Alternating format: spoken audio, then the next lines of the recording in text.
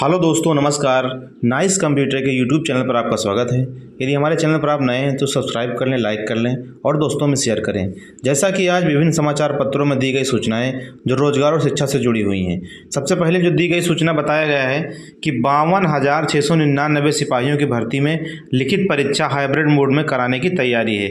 नकल माफिया और solver gang की सेंधमारी से बचने के लिए की जा रही कवायद। नकल माफिया और सॉल्वर गैंग की सेंधमारी से बचने के लिए उत्तर प्रदेश पुलिस में 52,699 सिपाहियों की भर्ती की लिखित परीक्षा हाइब्रिड मोड पर कराने की तैयारी है। उत्तर प्रदेश भर्ती एवं प्रोन्नति बोर्ड लिखित परीक्षा कराने के लिए कार्यदायी संस्था का चयन करने के बाद इसका पूरा खाका तैयार करेगा। इसमें परीक्षा कराने की अवधि और तरीकों मंथन के बाद निर्णय लिया जाएगा।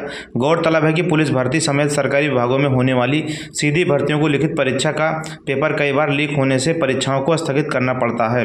हाल ही में आयोजित दरोगा सीधी भर्ती परीक्षा को ऑनलाइन कराने की कवायद भी की गई, लेकिन सॉल्वर गैंग ने सेंधमारी कर दी। कई जगहों पर पेपर कुछ ही दो ही मिनटों में हल कर दिए गए। इसमें लिप्त परीक्षा केंद्रों और अभ्यर्थियों के खिलाफ 100 से ज़्यादा मुकदमे भी दर्ज कराए गए थे। इसमें मुन्ना भाई भी लगातार पकड़े जा रहे हैं। नकल माफिया और सॉल्वर गैंग की इसी सेंधमारी से बचने के लिए पुलिस में कंप्यूटर ऑपरेटरों की सीधी भर्ती की परीक्षा में अब हाइब्रिड मोड पर कराई जा रही है। इसी तरह जल्द 52,699 सिपाही भर्ती भी इसी हाइब्रिड मोड में कराई जाएगी। इस तरह होती है हाइब्रिड मोड परीक्षा। तो जान लें आप लोग कि कैसे होती है हाइब्रिड मोड की परीक्षा, उसका क्या मतलब है। हाइब्रिड मोड पर अभ्यर्थी से ऑनलाइन आवेदन लिए जाएंगे। इसके बाद लिखित परीक्षा ऑनलाइन और ऑफलाइन तरीके से कराई जाएगी। अधिकारियों के मुताबिक अभ्यर्थी के कंप्यूटर स्क्रीन पर पेपर ऑनलाइन प्रदर्शित होगा। जैसा कि आप जान पा रहे हैं, जो आपका पेपर है वो कंप्यूटर पर आएगा, जबकि उनको पेपर ऑफलाइन तरीके से हल करना होगा। क्वेश्चन पेपर आपको कंप्यूटर में मिलेगा और जो आपको आंसर ओमार दिया जाएगा तो ओमार पे आपको उसका आंसर देना है। तो आपको कंप्यूटर के अंदर क्वेश्चन पेपर मिलेगा। ये हाइब्रिड मोड का तरीका होता है। ऑफलाइन तरीके से हल करना होगा। इसके लिए परीक्षा केंद्रों की संख्या बढ़ाने के साथ परीक्षा की अवधि को भी बढ़ाया जाएगा। उम्मीद जताई जा रही है कि इस तरीके से पेपर लीक होने की आशंका नहीं रहेगी। परीक्षा केंद्र और प्रिंटिंग प्रेस में होता है खेल। पिछली कई परीक्षाओं में सामने आ चुका है कि पेपर लीक होने में प्रिंटिंग प्रेस और परीक्षा केंद्रों की अहम भूमिका रहती है।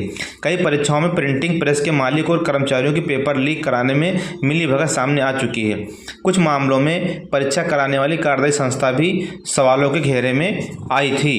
तो ये सूचनाएं बताई गई हैं। तो इस तरीके से परीक्षाएं कराने की व्यवस्था की जा रही है। जो 52,699 पदों पर सिपाही भर्ती आने वाली है। अगली सूचना है कि 9 राजकीय प्रशिक्षण केंद्रों पर मिलेगा जीएनएम का प्रशिक्षण। उत्तर प्रदेश में चिकित्सा एवं स्वास्थ्य विभाग की ओर से 9 राजकीय केंद्रों पर सामान्य उपचारिका जीएनएम प्रशिक्षण दिया जाएगा। इन केंद्रों पर इस बार 453 सीटों पर दाखिला मिलेगा। 3 वर्षीय इस पाठ्यक्रम के लिए ऑनलाइन आवेदन 1 से 31 जुलाई तक होंगे। तो जैसे कि आपके आवेदन 1 जुलाई से 31 जुलाई तक होने वाले हैं। महानिदेशक प्रशिक्षण डॉक्टर दीपा त्यागी ने सभी केंद्र प्रभारियों को पाठ्यक्रम प्रशिक्षण संबंधी तैयारी शुरू करने का निर्देश दिया है। जीएनएम प्रशिक्षण के लिए इंटरमीडिएट विज्ञान के साथ अंग्रेजी विषय में 40% अंक होना अनिवार्य है। इंटरमीडिएट परीक्षा में सामान्य व अन्य पिछड़ा वर्ग के लिए न्यूनतम 45% और SC/ST के लिए 40% अंक होना जरूरी है। प्राप्त आवेदनों की हाई स्कूल और इंटरमीडिएट परीक्षा में मिले अंकों के आधार पर मेरिट लिस्ट के आधार पर उनका चयन होगा। तो ये दिया गया है। जो इस जीएनएम के लिए ऑनलाइन आवेदन प्रक्रिया शुरू होने वाली है, ये 1 जुलाई से 31 जुलाई तक चलने वाली है और एडमिशन होगा जो ये मेरिट के आधार पर होने वाला है। अगली सूचना दी गई है कि आउटसोर्सिंग से रखे जाएंगे कंप्यूटर शिक्षक। विरोध शुरू हो गया है। प्रदेश के 890 राजकीय माध्यमिक विद्यालयों में आउटसोर्सिंग के जरिए कंप्यूटर शिक्षकों की भर्ती होने जा रही है। इसके लिए जेम पोर्टल के माध्यम से जल्द ही सेवा प्रदाता संस्था का चयन किया जाएगा। वहीं प्रतियोगी छात्रों ने इसका विरोध शुरू कर दिया है। मुख्यमंत्री को ट्वीट करके मांग की कि LT ग्रेड शिक्षक भर्ती का नया विज्ञापन शीघ्र जारी किया जाए और कंप्यूटर शिक्षक के पदों पर नियमित भर्ती की जाए। राजकीय माध्यमिक विद्यालयों में LT ग्रेड शिक्षक भर्ती के लिए वर्ष 2018 में विज्ञापन जारी किया गया था।